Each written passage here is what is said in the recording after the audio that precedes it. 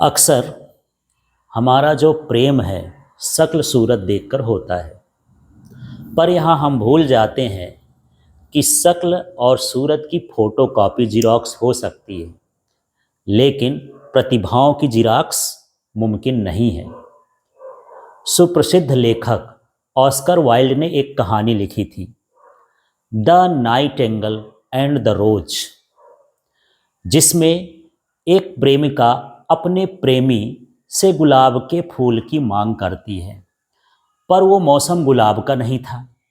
इसके कारण उसे फूल कहीं मिल नहीं रहा था। वह हताश होकर एक पेड़ के नीचे बैठ गया। उस पेड़ में एक बुलबुल बैठी थी। वो अपनी व्यथा सुना रहा था। बुलबुल ने व्यथा सुनी और उसने उसको कहा कि मैं कहीं ना कहीं से गुलाब का फूल ला करके आपको दूंगी। और इसके कारण वह इधर उधर उड़ती हुई ढूंढती रही और एक गुलाब का फूल मिला, जिसने कहा कि मैं तुम्हें सुबह तक फूल दूंगा, लेकिन एक शर्त है मेरी। और वो शर्त थी कि मेरे कांटों पर बैठ करके पूरी रात तुमको गाना गाना होगा। बुलबुल उन कांटों पर बैठ करके गाना गाती है। जैसे जैसे उसकी आवाज़ तेज होती जाती है तो वो कांटा उसके शरीर में धंसता चला जाता है।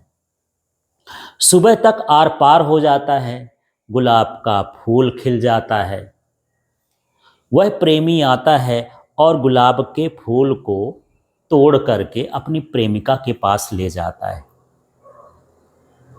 उसे जब वह देता है तो वह खुश नहीं होती है और उसे सड़क पर फेंक देती है। और वो कहती है कि इसके पहले कोई और आया था जो मुझे हीरों का हार दे गया है, अब मैं उसकी हो गई हूँ, तुम्हारी कोई ज़रूरत नहीं है। यहाँ लड़के का प्रेम की भौतिकता बुलबुल के निश्चल प्रेम के आगे हार जाती है और बुलबुल का निश्चल प्रेम अमर हो जाता है। आज सब कुछ बाजारवाद के हवाले किया जा चुका है, जहां बजने वाले तेज संगीत के आगे शहनाई की धुन मंद पड़ चुकी है। सारा कुछ दिखावे और तमाशे के लिए ही किया जाता है, वरना साधारण सी रस्मों को असाधारण बनाने की क्या जरूरत पड़े। लाखों करोड़ों रुपए इनमें फूंक दिए जाते हैं और उस पर जुमला यही कहा जाता है कि कमाया किस लिए जाता है। उनकी कहानियों में से सच्चा प्रेम ही टपका है। उन्होंने बहुत पहले भांप लिया था कि आगे चल के बाजारवादी सोच प्रेम को भी अपना निशाना बनाएगी और सच्चा प्रेम दुर्लभ होता चला जाएगा।